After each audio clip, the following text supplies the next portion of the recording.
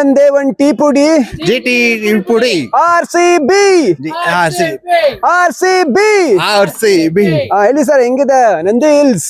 Nandi hills ಬಗ್ಗೆ ಆಗಿಲಿ, ಇಲ್ಲ ಜನಗಳು ಬರ್ತಿರೋ ಆಗಿಲಿ, ಅಕ್ಕಪಕ್ಕದಲ್ಲಿ ಬೆಂಗಳೂರಲ್ಲಿ ಇರುವ ಜನಗಳು ಮತ್ತೆ ಬೇರೆ ಕಡೆಯಿಂದ ಬರ್ತಿರೋ ಜನಗಳಿಗೆ ಇದು ಈ ನಂದಿ ಹಿಲ್ಸ್ ಬಗ್ಗೆ ಹೇಳೋದು ಏನಂದ್ರೆ, ಈ ದೊಡ್ಡಬಳ್ಳಾಪುರದಲ್ಲಿ ತುಂಬಾ ವರ್ಷಗಳಿಂದ, ತುಂಬಾ ಹಳೆ ಕಾಲಗಳಿಂದ ಈ ಜಾಗ ವಿಶಿಷ್ಟವಾದ ಜಾಗ.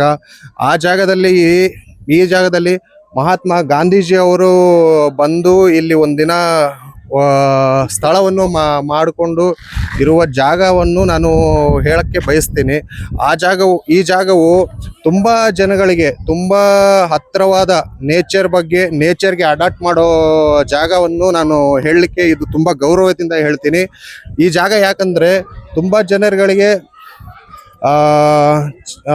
ಇನ್ಸ್ಪಿರೇಷನ್ ಏನಂದ್ರೆ, ಅಕ್ಕಪಕ್ಕ ಸ್ಕೂಲ್ ಕಾಲೇಜ್ಗಳ ಇರುವ ಅವ್ರಿಗೆ ಗಿಡದ ಬಗ್ಗೆ, ನೇಚರ್ ಬಗ್ಗೆ ಒಂದು ತಿಳಿಸೋ ಜಾಗ ಇದು.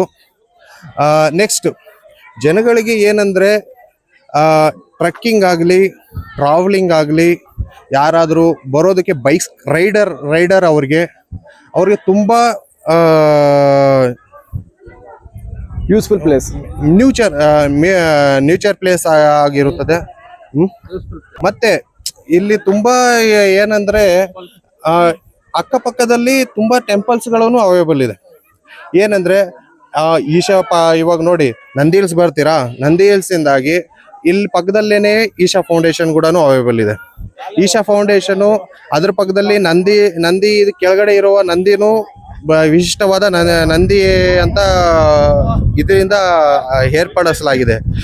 ನೆಕ್ಸ್ಟ್ ಏನಂದ್ರೆ, ಇದು ಇವಾಗ ಬೇಸಿಗೆ ಕಾಲದಲ್ಲಿ ವೆದರ್ ಒಂಥರ ಇರುತ್ತೆ, ಚಳಿಗಾಲದಲ್ಲಿ ವೆದರ್ ಒಂಥರ ಇರುತ್ತೆ.